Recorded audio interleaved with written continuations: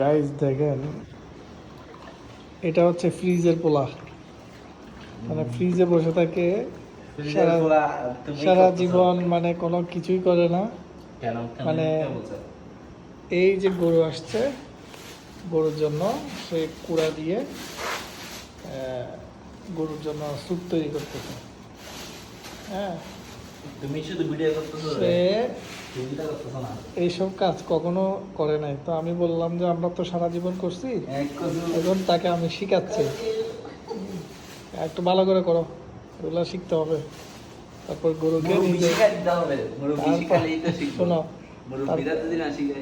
তারপর গরুকে সুন্দর করে নিজের হাতে খাওয়াইতে হবে। হ্যাঁ, অবশ্য না, শোনো, অবশ্য একটা দুইটা লাথি খাইতে হয়, এগুলো হচ্ছে যে তোমার শিক্ষা। আচ্ছা, স্যুপ তৈরি করতে সেখানে কি কি দিছো বলো?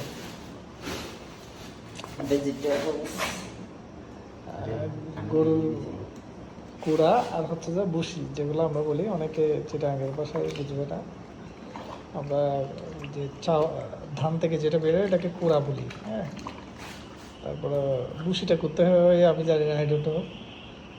সো এই দুইটা মিক্স করে দেন হচ্ছে এখানে লবণ দেওয়া হয়, লবণ দিয়ে তৈরি করতেছে সেই বিখ্যাত ইনানের গরুর স্যুপ।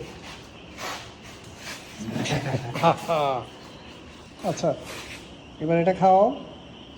আমি কেন খাবো না, এটা খাওয়াইতে হবে তো, এটা না খাওয়াইলে তো হবে না। আমি তো দুঃখ করছি না, তুমি দিয়া খাও। না আমি হাত ধরে লাম দিয়া না না, আমি পারবো না। পারে ও গাইস, দেখেন কি একটা অবস্থা, উইয়ার্ড সিচুয়েশন হয়ে গেছে এখানে। যাও দেখেন,